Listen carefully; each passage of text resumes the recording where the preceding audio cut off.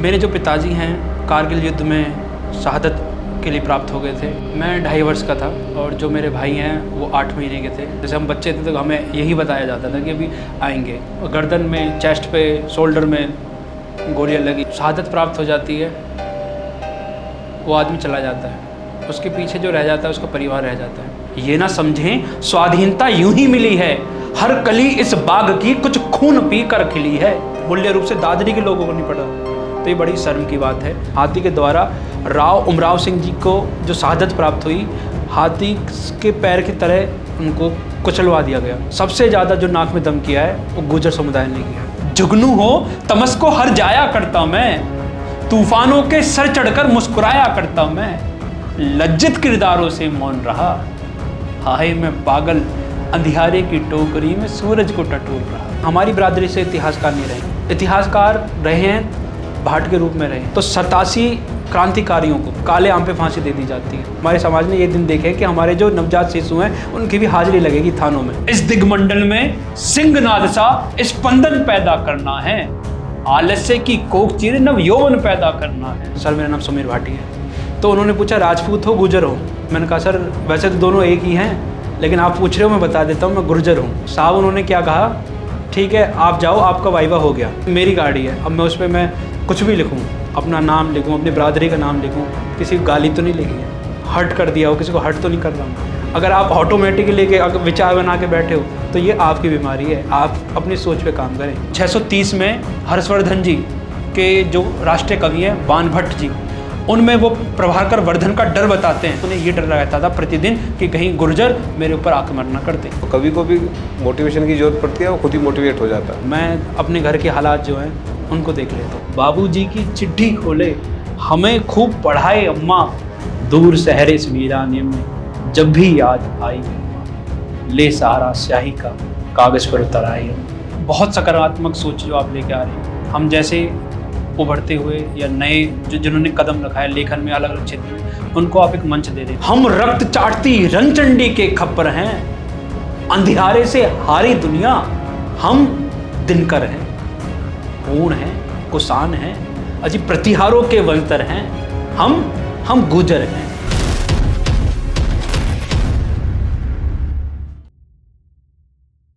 स्वागत है आपका सुमेर भाटी जी भारत के गुर्जर चैनल में। जैसे कि आप देख रहे हैं कि हम पॉडकास्ट के द्वारा अपने समाज की बात समाज में रखते हैं, तो इसी कड़ी में आज आप आए, उसके लिए धन्यवाद। मैं जानना चाहूँगा कि अपने बारे में एक छोटा सा परिचय, जो समाज आपको देख रहे हैं, सुन रहे हैं। सर्वप्रथम आपको हाथ जोड़कर नमस्कार भैया। मैं आपको और आपके माध्यम से जुड़े सभी बहन भाइयों को हृदय से प्रणाम करता हूँ। आपका आभार व्यक्त करता हूँ कि आपने मुझे अपने इस मंच पर निमंत्रित किया।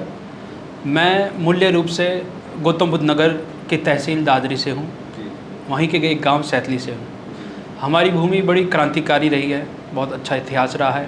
मेरे जो पिताजी हैं वो कारगिल युद्ध में शहादत के लिए प्राप्त हो गए थे। मेरी एक बहन है बड़ी, मुझसे छोटे एक भाई हैं। यही मेरा अभी तो परिचय है। मैं लेखन कार्य में अभी लगा हूँ। अभी आपने जिक्र किया कि 1999 में जो करगिल युद्ध हुआ उसमें आपके पिताजी शहीद हुए। उस समय आपकी जो आयु थी वो कितनी थी? मैं 2.5 वर्ष का था और जो मेरे भाई हैं वो 8 महीने के थे और बहन मेरी 7 वर्ष की थी। तो कैसी रही है पूरी जर्नी? अगर बात करें कि जब आप 2.5 साल के थे तो किस तरह से फैमिली ने आपस में आप संभले सब लोग, थोड़ा सा मैं जानना चाहूँगा, क्योंकि आप तो 2.5 वर्ष के थे, काफ़ी छोटे थे। बट जब आपको पता चला तो क्या उस समय का जो फीलिंग थी वो क्या थी आपको? बहुत लंबे समय तक तो यही था कि पापा मतलब जो हमारे हैं वो जॉब पे गए हुए हैं या ड्यूटी पे हैं। जैसे हम बच्चे थे तो हमें यही बताया जाता था कि अभी आएंगे। फिर जैसे होश संभालना शुरू किया तो धीरे धीरे पता चला कि ये होते हैं पापा की जो श्रद्धांजलि सभा होती है 21 जुलाई को हर वर्ष। हमें तो ये लगता था कि मेला लगा हुआ है एक, हम बच्चे हैं छोटे छोटे, तो हमें इतनी चेतना नहीं थी कि हम जान सके ये सब है। फिर धीरे धीरे कि ये सब चल रहा है। इसमें मेरी जो माताजी हैं उनका संघर्ष बहुत रहा। मेरा गांव और ननिहाल, उन दोनों के बीच में जो ग्रेटर नोएडा के कुछ सेक्टर बसे हुए हैं उनमें हमें लेके आई। सेंट जोसेफ स्कूल था जिसमें हमारा मतलब दाखिला हुआ, उसके बाद केंद्रीय विद्यालय, उसके बाद फिर बीटेक। इस तरीके से मेरी पढ़ाई चलती रही। आपके फादर शहीद हुए तो कोई क्या घटना हुई थी, किस तरह से क्या हुआ था, थोड़ा सा अगर आप बता सकें। कारगिल युद्ध के दौरान जो कारगिल युद्ध चल रहा था, पिताजी की जो बटालियन थी वो 130 बटालियन केरकू बल में थे। जो पेट्रोलिंग के लिए बटालियन लगाई जाती है, वो पेट्रोलिंग के लिए बटालियन लगाई गई थी। तो उसी की क्रॉस फायरिंग में मिलिटेंट्स की तरफ से उधर जो उग्रवादी थे या जो पाकिस्तानी सेना के वो उग्रवादी थे लेकिन उन्हीं के ड्रेस में थे, ठीक है, उन मिलिटेंट्स को पता लगाने के लिए कौन है क्या है, तो जो पूरी बटालियन लगी हुई थी उसी की क्रॉस फायरिंग में वहाँ पे शहादत प्राप्त हुई। जो उनके कमांडेंट हैं, जैसे सर्टिफिकेट आता है, डेथ सर्टिफिकेट आता है, तो उनमें उन्होंने बताया कि अच्छा खासा संघर्ष किया पिताजी ने, उसके बाद उन्होंने शहादत प्राप्त की है। तो उनको गर्दन में, चेस्ट पे, शोल्डर में गोलियां लगी, उसके बाद उन्होंने गोली लगने के बाद भी ग्रेनेड फेंका, उनको मतलब ध्वस्त कर दिया था। आप जब ये सब चीज़ें सुनते हैं, एक पिता जब शहीद हुए, जो फीलिंग है वो क्या है आपकी? अब एक लंबे समय हो गया है। सबसे पहले तो ये है कि मैं जहाँ भी पहुँचता हूँ मुझसे पहले उनका नाम पहुँच जाता है, ठीक है, ये मेरे लिए हर्ष का विषय भी है। लेकिन एक पिता चाहता है कि उसका परिचय उसका बेटा हो, तो उसी प्रयत्न में मैं लगा हुआ हूँ। रहता है कि भाई आज इतने शहीद हो गए, आज इतने शहीद हो गए, तो क्या आपकी पीड़ा है कि इस पर क्या ऐसा हो कि जैसे आपके साथ हुआ किसी और दूसरे बेटे के साथ ना हो? शहादत प्राप्त हो जाती है, वो आदमी चला जाता है, उसके पीछे जो रह जाता है उसका परिवार रह जाता है। अगर वो शादीशुदा है तो उसकी पत्नी, उसकी माँ और नन्हे मुन्ने बच्चे रह जाएं तो वो रह जाते हैं। एक जैसे श्रद्धांजलि सभा हुई, उस समय सब लोग आ जाएंगे, 30 त्यौहार होते हैं, वो परिवार पूरा उनको मिस करता है और वो चाहकर भी मतलब उस तरीके से इन्वॉल्व नहीं हो पाता है उस त्यौहार में। उन जिस भी तरीके के फंक्शंस होते हैं अपने हृदय से नहीं मतलब अपनी भावनाएं प्रकट कर पाता है। एक टीस सी मतलब चुभती रहती है कि काश वो बंदा भी हमारे साथ होता।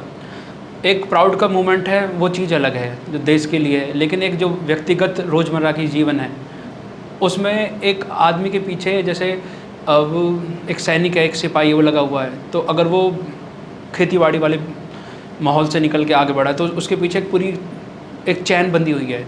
अगर वो आदमी टूट जाए तो वो चैन टूट जाती है, उस चैन को जोड़ने में फिर बहुत लंबा एक समय चला जाता है, उनको फिर दोबारा से उठ के वहाँ खड़ा होने में फिर बहुत समय लग जाता है, मानसिक रूप से भी और आर्थिक रूप से भी। तो एक कवि कहीं ना कहीं अपनी कविता के द्वारा अच्छे से अच्छी बातें बोल सकता है, तो कुछ है शहीदों को लेके आपके पास कुछ ऐसा जो दो शब्द हमारे जो व्यूअर हैं वो सुन सके? शहीदों के लिए मैं सबसे प्रथम ये कहूँगा कि ये ना समझो स्वाधीनता यूं ही मिली है। शहीद कारगिल वॉर के हों, 1972 वाले हों, 71 के हों, 1857 की लड़ाई हो, मैं सभी के लिए डेडिकेटेड करता हूँ कि ये ना समझे स्वाधीनता यूं ही मिली है, हर कली इस बाग की कुछ खून पी कर खिली है।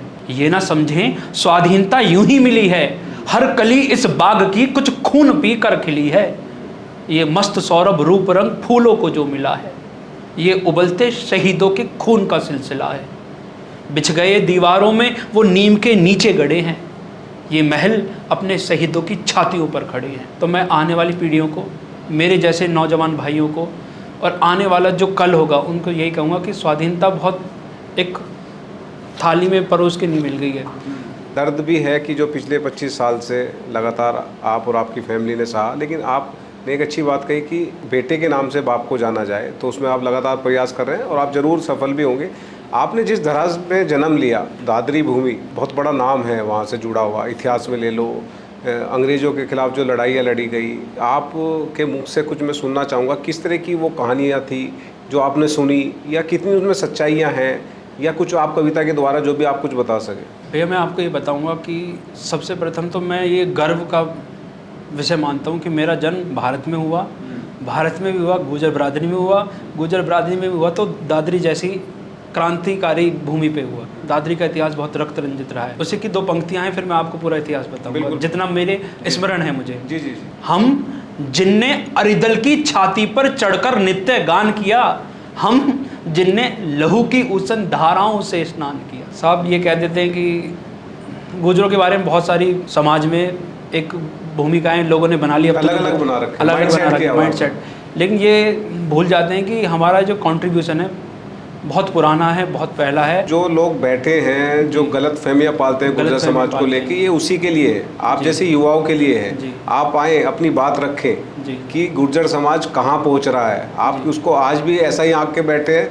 लेकिन वो चांद पे जा रहा है। चांद पे हर बच्चा हर डिपार्टमेंट में आज की डेट में। तो यही हमारे इस मंच का उद्देश्य भी है कि समाज के सामने जो पॉजिटिव है वो रखें, अन्य समाज के लिए भी। जी। तो आप जैसे युवा जरूर आगे दिख रहा है कि गुर्जर समाज का भविष्य क्या होने वाला है। दादरी जो हमारी बनाई गई थी, ये कठेड़ा गांव जो है राव दरगाह सिंह जी के द्वारा ये जो पूरी दादरी हमारा क्षेत्र है, इसका नामकरण किया गया। बनाई गई पूरी दादरी उन्होंने द्वारा ही बनाई गई है। उनके बेटे थे राव रोशन सिंह जी, उनके पोते जो हैं बिशन सिंह जी, उनके भतीजे हैं उमराव सिंह जी, राव उमराव सिंह जी। इनका जो इतिहास है, मैं ये मानता हूँ अगर नहीं पता, मूल्य रूप से दादरी के लोगों को नहीं पता, तो ये बड़ी शर्म की बात है। हर बच्चे को ये जानकारी होनी चाहिए कि हमारे बुजुर्गों का जो बलिदान है वो कितना महत्वपूर्ण बिल्कुल पता रहा। होना चाहिए, बिल्कुल। जब 1857 की क्रांति हुई, बहादुर शाह जफर के हाथ में नेतृत्व में पूरी कमान आई, तो हमारे जो बुजुर्ग हैं दरगाह सिंह जी, रोशन सिंह जी, बिशन सिंह जी, इनके हाथ में ये कार्य दिया गया कि जो हिंडन के एरिया है, अपना दादरी क्षेत्र है, यहाँ पे जो अंग्रेज़ों की घुसपैठ है इसको ध्वस्त कर दिया जाए। वहाँ पे जीत गए हम। जितने भी उनके हथियार थे, घोड़े थे, रथ था, जो भी जिस भी तरीके के सामान था उनका, उनको जब्त करके ले आते हैं। और जो काशीगढ़ है, जिसे हम कासने के नाम से संबोधित करते हैं आज के डेट में, वहाँ पे वो 90 अरबी घोड़े वो यहाँ पे छुपा दिए जाते हैं। उसके बाद अंग्रेज़ों ने आक्रमण दोबारा किया, जिसमें हमारी जो बुजुर्ग थे वो हार जाते हैं। तो इतना बुरी तरह से घृणित थे ये लोग उनसे कि हाथी के द्वारा, जैसे हमारे बुजुर्ग बताते हैं, हाथी के द्वारा राव उमराव सिंह जी को जो शहादत प्राप्त हुई, हाथी के पैर की तरह उनको कुचलवा दिया गया। इतनी घृणा मान चुके थे वो। ये भटनेर की जो बेल्ट थी, इतना परेशान किया था अंग्रेज़ों को। तभी तो ये जो क्रिमिनल ट्राइब्स के नाम से हमें संबोधित किया जाता है, बाद में सबसे ज़्यादा जो नाक में दम किया है वो गुर्जर समुदाय ने किया है। और बड़ी शर्म की बात ये है कि यूपी पीसीएस की तैयारी मैंने की है, तो यूपी पीसीएस जैसे जो इतिहास का विषय है उसमें यूपी के बारे में होना चाहिए, तो उसमें भी ये पूर्ण रूप से सहजता के साथ ये वर्णित नहीं है कि ये कार्य, ये शहीद हुए हैं ऐसे, इनको जो है उनका जो कंट्रीब्यूशन है उसको संबोधित तो करना चाहिए कि मैं कम से कम उनको शहादत के रूप में, एक श्रद्धांजलि रूप में उनका नाम तो नामांकन होना चाहिए ना, स्वर्णिम अक्षरों में। आप युवा हैं तो क्या पीड़ होती है फिर, क्या कारण रहे कि ये सब चीज़ें ऐसे क्यों हुआ? हमारी बिरादरी से इतिहासकार नहीं रहे। इतिहासकार रहे हैं, भाट के रूप में रहे हैं, लेकिन उस स्तर के नहीं रहे जो आने वाली पीढ़ियां हैं उन्हें पुस्तक में संजो के ये दे दिया जाए। राजा मीर भोज जी का जिक्र है, सिर्फ इतिहास में वहाँ पे ही जिक्र है, उसके अलावा इतिहास में गुजरों के बारे में या तो खून की एंट्री हुई है, कुसान की एंट्री हुई है, ये 2 विषय हैं। और एक विषय अपने मीर भोज जी का है, उनको भी विदेशी करार दे देते। अब मैं आपसे ये पूछना चाहता हूँ, अपने कुसान हैं, उधर से इन्वेंट किया इंडिया के अंदर, एंट्री करी इंडिया के अंदर, आए कहाँ से हैं वो? ईरान साइड से आए। वहाँ पे तो इतिहास में पहले ही वर्णित है, कंधार कहाँ है आज, जो ईरान और अफगानिस्तान वाला एरिया है। तो कुसान हुए, कसाना हुए, तो हम तो पहले से ही जुड़े हुए। तो मैं आपको वही बता रहा था जो हमारे इतिहास के बारे में, दादरी के क्षेत्र के बारे में, जब उनको कुचल दिया गया, हाथी के पैर से कुचल दिया गया, तो 87 क्रांतिकारियों को काले आम पे फांसी दे दी जाती है, जिसमें से हमारे गाँव के बीरबल भाटी जी, जो नंगला चमरू है हमारे गाँव से पहले पड़ता है, उसके झंडू मुकद्दम मजलिस भाटी जी लोहाली के, जिनके ही वंशज आज जो राष्ट्रीय प्रवक्ता हैं समाजवादी पार्टी में, श्री राजकुमार भाटी जी, इन सबको फांसी दे दी जाती है। और मैं आपको एक और इतिहास के बारे में बताना चाहूँगा कि हमें बड़ा गर्व होता है कि आज हमारे गांव पे, सैतली हमारा गांव है, उस पे एलएमसी सबसे ज़्यादा है। और एलएमसी मिलने का कारण हमारे जो पूर्वज थे बीरबल भाटी जी, जिनको फांसी दे दी गई, वही रहे हैं। जैसे हमारे बुजुर्ग बताते हुए आए कि उनसे पूछा गया अंग्रेज़ों ने कि तुम्हारी अंतिम इच्छा क्या है?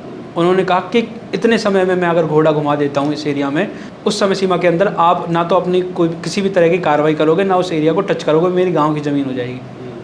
तो आज सबसे ज़्यादा एलएमसी सरकारी रूप से इतिहास के पन्नों से लेकर अब तक हमारे गांव पे, हमारे एरिया में है। 600 बीघे से ज़्यादा एलएमसी जो ज़मीन है लोगों के पास वो तो है, उसके बाद 600 बीघे सरकारी एलएमसी सैतली गांव के पास है। कविता के माध्यम से कुछ आप अगर बता सकें, गुर्जर समाज की कोई कविता आपने लिखी हो, आपके नज़दीक हो, दिल के करीब हो?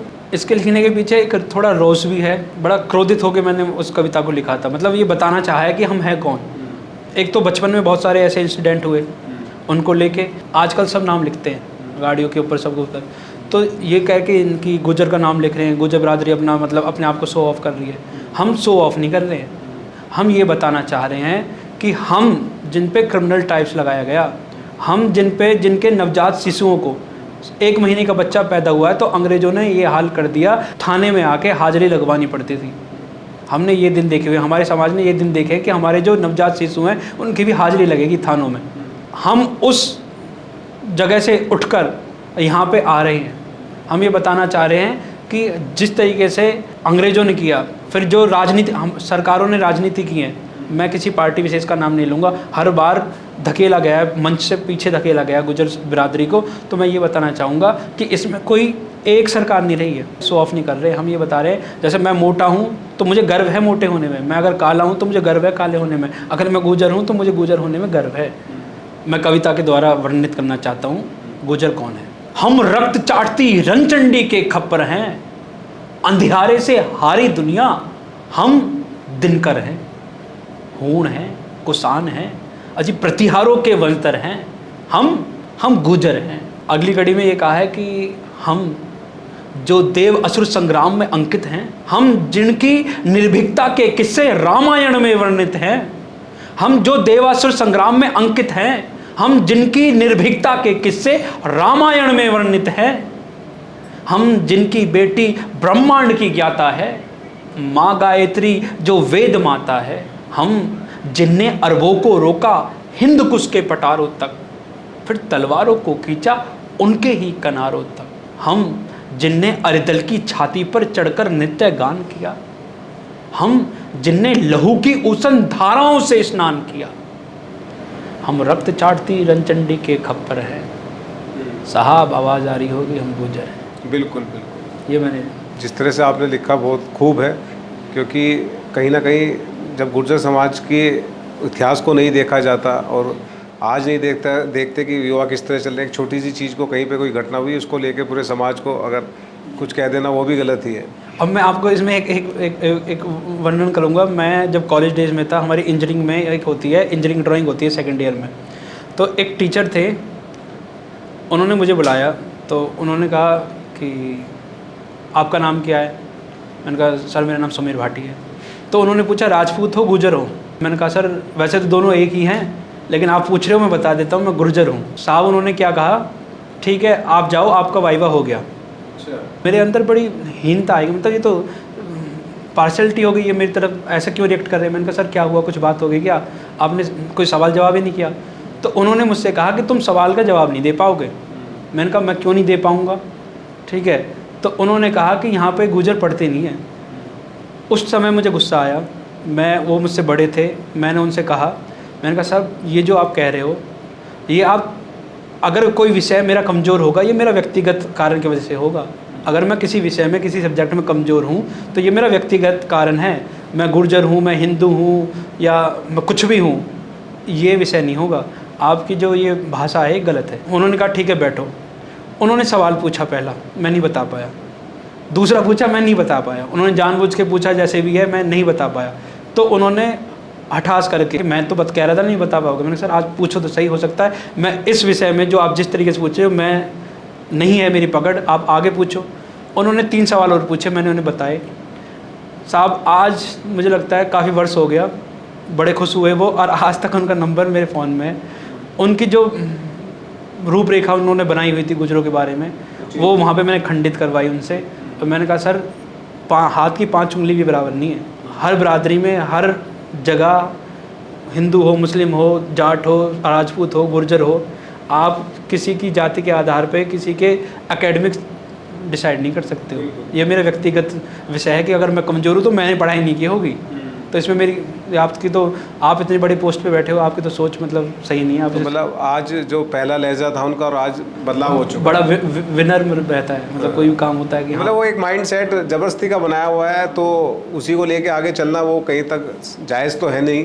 तरीका भी आपने अच्छा अपनाया कि भाई आप पूछें, आपका जवाब दिया जाएगा, वो तो नहीं दिया जाएगा तो अलग चीज़ है। आप पहले कि मेरा विषय कमज़ोर है ना, आप उसमें एक बरादरी को टैग नहीं कर सकते हो कि नहीं गुजर ही ऐसे होते हैं। गुर्जर अगर पीछे लिख रहे हैं गाड़ी के, तो उनकी जो सोच है उसको क्यों लिखा, किस तरह से देखेंगे? मतलब क्या वो डराने के लिए लिखा जाता है, क्या है, क्यों? मतलब आपकी नज़र में क्या है, वो सही है गलत है?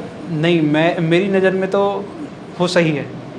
मतलब मैं ये कहना चाहता हूँ कि वो किसी को डरा नहीं रहे, ठीक है। अब वो सामने वाला अगर सोच बना के बैठा है, डर जा रहा है, तो वो चीज़ गलत है। अगर जैसे गाड़ी पे पीछे नाम भी लिखा हुआ है, कहीं मारुति है, कहीं स्कॉर्पियो, कहीं महिंद्रा है, तो वो डराने के लिए लिखा है क्या गाड़ी वालों ने? जो कंपनी बना रही है वो टीन का डब्बा ऐसे भी तो छोड़ सकती है, एक ब्रांड बना रही है पहचान के लिए। हाँ, अगर मैं इन्वेस्ट कर रहा हूँ, मैं 40, 45, 50 लाख रुपया किसी गाड़ी पे इन्वेस्ट कर रहा हूँ, तो मैं अपनी आय से कर रहा हूँ ना, मैं किसी के घर से मांग के तो नहीं कर रहा।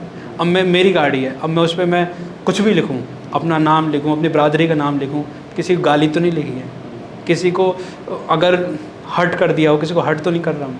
अगर आप ऑटोमेटिकली लेके अगर विचार बना के बैठे हो, तो ये आपकी बीमारी है। आप अपनी सोच पे काम करें। हर एक को जीवन में मोटिवेशन की ज़रूरत पड़ती है, तो कभी को भी मोटिवेशन की ज़रूरत पड़ती है, वो खुद ही मोटिवेट हो जाता है।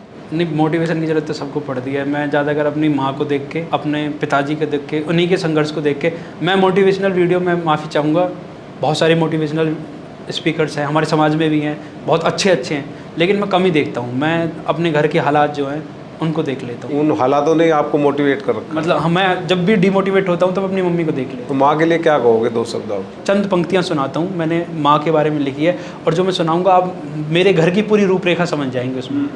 उम्र ने आनी मातृभूमि पर सिंदूर चढ़ाकर आई अम्मा, बाबूजी की चिट्ठी खोले हमें खूब पढ़ाए अम्मा, अम्मा को गुजरे हुआ जमाना, अम्मा की अम्मा को गुजरे हुआ जमाना, बहन बड़ी है जिससे खोल बतलाई अम्मा, जिससे खोल बतलाई अम्मा, अम्मा को मेरी चिंता है, मेरी चिंता खाए अम्मा, दूर शहर इस वीराने में जब भी याद आई अम्मा, ले सहारा स्याही का कागज़ पर उतर आई अम्मा। कोई ऐसी कविता जो आपके दिल के नज़दीक हो और हमारे व्यूअर आपके सुनना चाहे, जो सबसे प्यारी हो, आपको सबसे बढ़िया लगती हो?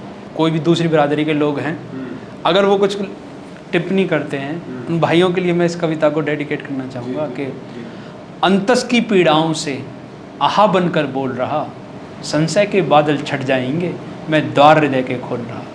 कि भाइयों, मैं अपने हृदय से बात कर रहा हूँ, और क्या बात कर रहा हूँ कि जुगनू हो तमस को हर जाया करता मैं, जुगनू हो तमस को हर जाया करता मैं, तूफानों के सर चढ़कर मुस्कुराया करता मैं, जुगनू हो तमस को हर जाया करता मैं, तूफानों के सर चढ़कर मुस्कुराया करता मैं, लज्जित किरदारों से मौन रहा, हाय मैं पागल अंधियारे की टोकरी में सूरज को टटोल रहा, हाय मैं पागल अंधियारे की टोकरी में सूरज को टटोल रहा, दर्पण हो जाऊं तो कितने चेहरे मुरझाएंगे, यथार्थ व्योम बन फट जाऊं तो प्रवंजन मंडित महल ढह जाएंगे, फिर भी गर्त की ताकों में लिए समाधि मौन रहा, बस जीवन प्रेम की धारा है और इसमें खुद को घोल रहा। कोलकाता रेप केस, काफ़ी लोगों ने प्रोटेस्ट भी किया, काफ़ी लोग आहत भी हुए, तो क्या देखते हैं ये सब चीज़ें क्या किस तरह से सोल्व हो सकती हैं? सर्वप्रथम तो अपने व्यक्तिगत विचार रखूं तो ये है